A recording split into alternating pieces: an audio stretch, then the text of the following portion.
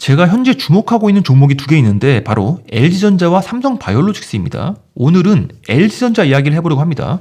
제가 보유하고 있는 종목이기도 하고요. 한동안 물려있다가 최근에 평단 근처로 올라와가지고 팔아야 되나 말아야 되나 결정을 하려고 공부를 하게 됐습니다. 최초에 매수한 그 이유 때문에 요즘에 좋은 흐름이 나오고 있기 때문에 팔지 않을 생각입니다. 제가 가장 선호하는 스타일의 회사가 바로 LG전자라고 할 수 있겠습니다.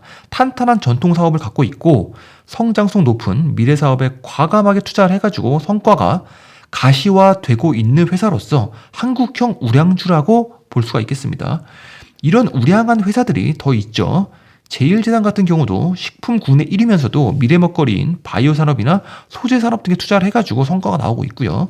포스코홀딩스도 있습니다. 세계적인 철강 회사임에 동시에 2차 전지 소재를 수직 계열화 완성해 나가고 있는 중이고요. 현대모비스도 마찬가지입니다.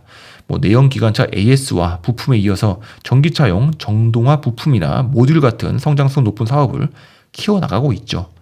LG전자도 마찬가지로 가전제품이라는 전 세계 탑티어 회사인 동시에 엄청난 성장성이 기대가 되는 전기차 전장 부품에서 두각을 드러내기 시작했다. 최근에 주가가 가파르게 상승하는 이유기도 하죠. 차트를 보시면 2022년 10월, 11월에 바닥을 찍고 계속 저점을 높여가고 있는 것을 볼 수가 있고 그 배경에는 LG전자의 실적이 있습니다. 최근에 외국인 기관 수급도 좋을 수밖에 없고 거의 주워 모으고 있는 그런 상황입니다. LG전자 공부를 하면서 하나증권빨 괜찮은 보고서가 나와가지고 LG전자의 상황과 성장성을 훑어보는데 참고하도록 하겠습니다. 최근에 가장 눈에 띄는 LG전자 뉴스는 단연 가전에서 대박난 실적입니다. 가전사업부에서만 무려 1조 원의 영업이익을 달성했고요. 그래서 통합 1조 4천억 원에 달하는 영업이익을 달성했습니다. 그래서 LG전자가 14년 만에 처음으로 삼성전자를 영업이익에서 이겼다라는 기사도 눈에 띕니다. 여담이지만 진짜로 영업이익에서만큼은 삼성전자를 이겼습니다. 매출에서는 삼성전자에겐 게임이 안 되죠. 반도체 업황이 너무 안 좋았기 때문에 삼성전자를 영업이익에서만큼은 이긴 게 맞습니다. 다만 앞으로 계속 이길 수 있나? 아마도 이길 수 있었던 마지막 분기가 아니었나. 역대 삼성전자와 LG전자 영업이익을 비교한 표를 보면은 LG전자가 특별하게 기적을 일으켰다기보다는 반도체 업황이 워낙 안 좋았기 때문에 이번 분기만큼은 지난 분기만큼은 이길 수가 있었다.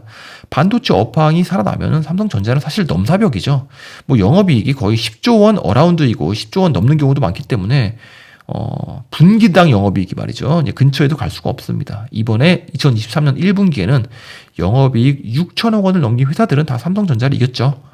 참고로 현대차, 기아도 삼성전자를 이겼습니다.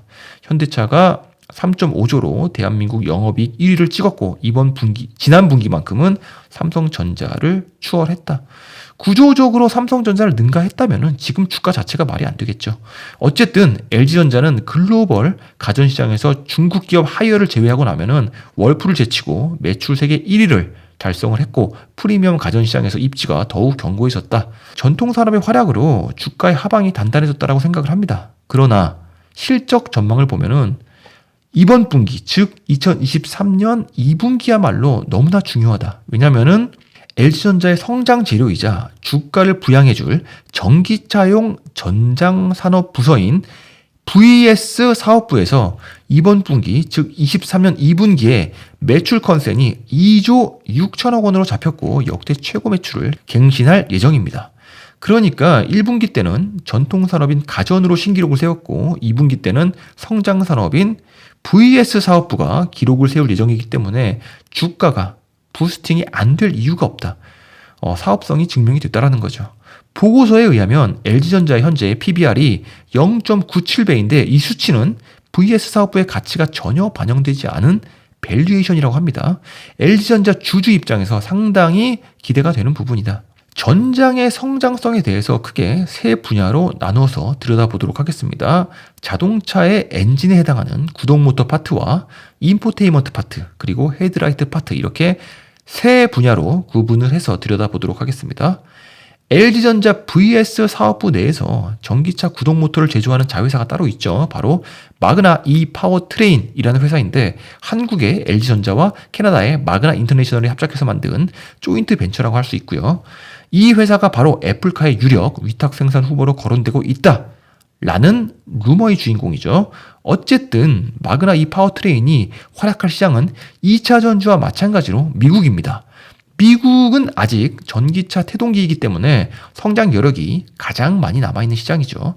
그런 미국 전기차 시장에서 2차 전지가 아닌 구동 모터를 담당하게 될 한국 회사가 바로 마그나 이 파워트레인을 품고 있는 LG전자라는 겁니다. 표를 보시면 2023년 이후로 미국의 전기차 시장이 성장률이 가장 높은 것을 볼 수가 있습니다. 전기차 시장에 2차 전지만 있는 게 아니기 때문에 구동 모터도 매우 기대가 된다. 글로벌 모터 1위 회사는 니덱이라는 회사입니다. 니덱이라는 회사가 여러 가지 종류의 모터를 제조하고 있는 회사이고 전기차 구동 모터 역시 추후에 LG전자의 라이벌이 될 수 있는 회사라는 생각이 드는데 현재로서는 중국에서 활약이 두드러진 회사고요. 니덱의 지표를 보시면은 이제 여러 가지 모터의 비중을 볼 수가 있는데 전장용 모터의 확연한 성장세를 볼 수가 있고요. 표에서는 2022년까지밖에 안 나와 있지만 당연히 2023년에는 더욱 커지겠죠. 25년까지 갈수록 전장용 모터와 전기차 트랙션 모터란 제품군의 성장세를 볼 수가 있습니다. 니덱의 주요 시장은 중국이지만 유럽과 미국의 비중을 늘리기 위해 노력하는 중이고요. 그렇기 때문에 주시할 필요가 있는 회사라고 할 수가 있겠습니다. 전기차용 모터 매출만 놓고 비교를 해보면은 LG 마그나가 니덱을 압도하고 있는 것을 볼 수가 있습니다. 그나마 니덱에서 최근에 많이 따라붙은 것을 볼 수가 있고요. 최근에 마그나는 GM 볼트향 전기차용 모터를 공급했기 때문에 업력도 길고 매출의 규모도 더 큰 상황이라고 합니다. 표를 보시면 니덱은 2019년부터 2022년까지 103%의 성장률을 시현했고요. 같은 기간에 중국 전기차 시장은 77%의 성장을 했기 때문에 중국 성장의 수혜를 온전히 누렸다라고 할 수 있겠습니다. 마그나의 경우 2019년에서 2022년까지 24%의 성장률을 기록했고요. 같은 기간 동안 미국 전기차 시장은 41%의 성장을 했기 때문에 앞으로는 미국 시장의 성장 여력이 더 크다라는 것을 볼 수가 있는 부분입니다. 미국 시장에서의 전기차용 구동 모터 상황을 들여다봤고요. 그 중심에는 LG전자의 마그나 이 파워트레인이 있다. 그리고 23년 2분기에는 최대 매출을 달성할 예정. 두 번째 LG전자의 전장사업부의 카드는 바로 자동차 내부에 들어갈 인포테인먼트 시스템입니다. 차량 내부에 대시보드가 계속해서 고도화되고 있다라는 건데 음성인식, 무선 소프트웨어 업데이트 등의 기능에서부터 자율주행 기술까지 탑재되는 흐름이기 때문에 인포테인먼트를 담당하는 VS 사업부의 수혜가 예상이 된다. 구체적으로 보면은 기존에는 계기판이나 차량용 디스플레이가 별도로 각각 존재하는 형태였는데 최근 추세는 물리적 버튼은 완전히 사라지고 클러스터, CID, 헤드업 디스플레이, 코어 드라이버 디스플레이가 통합이 된 디지털 칵핏 형태가 보편화되는 추세라고 합니다. 디지털 칵핏이란 디지털화된 조종 공간을 의미하는 거죠. 스마트화된 형태로 즐길 거리나 소통 기능의 확대가 되는 방향이라고 보시면 되겠습니다. LG전자는 22년 기준 오디오 비디오 내비게이션 시장에서 12%, 텔레매틱스 시장에서 23%의 점유율을 차지하고 있는 상황이고요. 경쟁사로는 하만, 삼성전자죠. 덴소, 파나소닉, 콘티넨탈, 비스테온 등이 있다라고 합니다. 여기서 중요한 게 LG전자가 휴대폰 사업이 비록 성공은 하지 못했지만 휴대폰 사업에서 축적된 통신 기술력과 소프트웨어, UI, UX 역량이 전통 자동차 부품사와 차별화되는 결정적인 경쟁력으로 작용을 하고 있다. 인포테인먼트 시장의 크기도 커져가는 중이고요. 당연히 고도화된 기술이 핵심 역량이 될 것이고 LG전자의 우위가 예상이 된다. 전장사업부의 마지막 카드는 세 번째 카드는 헤드램프고요. ZKW라는 LG전자의 자회사가 헤드램프를 만들고 있습니다. ZKW는 오스트리아 기반의 회사인데 자율주행 관련 기술 등을 포함해서 2022년에만 특허를 60건 이상을 출원했다고 합니다. 오스트리아 기업이 낸 특허 224건 중에 30%가 ZKW가 출원했다라고 하고요.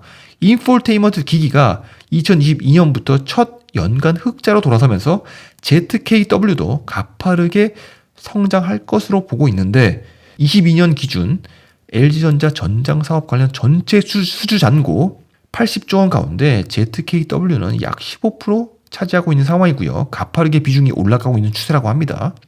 헤드램프가 특별히 중요한 이유는 자율주행 시대로 넘어가면서 단순히 도로를 비추는 조명 역할을 넘어가지고 도로 위의 상황을 읽고 운전자에게 데이터를 전달해주는 역할이 추가되면서 중요도가 더욱 커지고 있다라고 합니다. 시장 조사기관 스트래티지 애널리틱스와 그랜드뷰 리서치 등의 분석을 종합을 해보면은 차량용 인포테인먼트, 이 파워트레인, 헤드램프 등을 아우르는 글로벌 전장시장 규모는 2024년 4천억 달러 약 534조 원 규모에서 2028년에는 7천억 달러 약 934조 원 규모를 넘어설 것으로 예상이 된다. 그리고 마지막으로 LG전자의 주가에 활용 점정을 찍을 재료는 바로 애플카겠죠. 아직까지도 오로지 루머밖에 없는 상황이고 2026년에 애플에서 전기차를 선보이지 않을까, 이 역시 루머입니다. 그러나 LG그룹이 그리는 그림을 딱 알 수가 있죠.